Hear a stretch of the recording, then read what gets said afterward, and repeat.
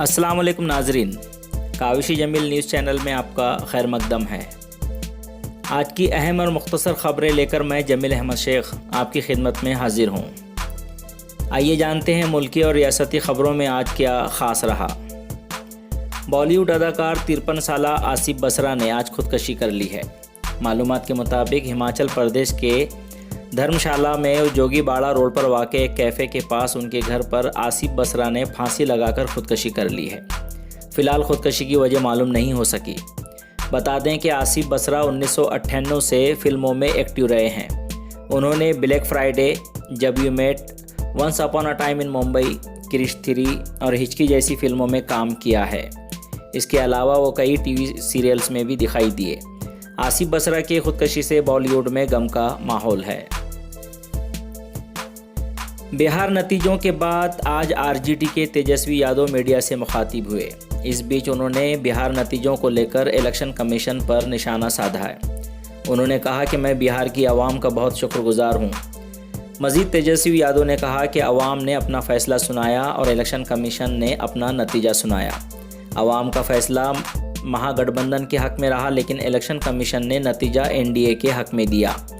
उन्होंने इल्ज़ाम लगाया कि एनडीए ने साजिश और पैसों के बलबूते पर ज़बरदस्ती जीत हासिल की है। बिहार के नतीजों के बाद आपको लग रहा होगा कि बिहार की सियासी लड़ाई अब ख़त्म हो गई है, लेकिन ऐसा दिखाई नहीं दे रहा है। भले ही एनडीए दिवाली के बाद हुकूमत बनाने की तैयारी में है, लेकिन आपको बता दें कि महागठबंधन भी सरकार बनाने की तैयारी में लग चुकी है।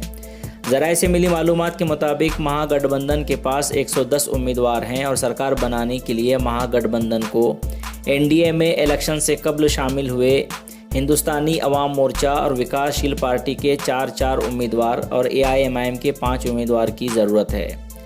बता दें कि जीतन राम मांझी की हिंदुस्तानी अवाम मोर्चा और विकासशील पार्टी आरजेडी के पुराने साथी हैं। आरजेडी को भरोसा है कि वह हिंदुस्तानी अवाम मोर्चा और विकासशील पार्टी और एआईएमआईएम के उम्मीदवारों को साथ लेने में कामयाब होंगे, लेकिन फ़िलहाल हिंदुस्तानी अवाम मोर्चा और विकासशील पार्टी ने कोई जवाब नहीं दिया है। माना जा रहा है कि आरजेडी इस सिमत में कोशिश कर रही है।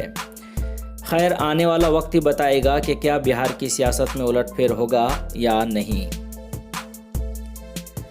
वक्फ बोर्ड महाराष्ट्र की ज़मीन और प्रॉपर्टी के ताल्लुक से ठाकरे सरकार ने ठोस कदम उठाए हैं। रियासत में वक्फ बोर्ड की ज़मीन प्रॉपर्टी को कौड़ी के दाम में किराए से दी गई थी, जिसके ताल्लुक से अब रियासत की तरक्याती अक़लियती शोबा ने ठोस कदम उठाए हैं।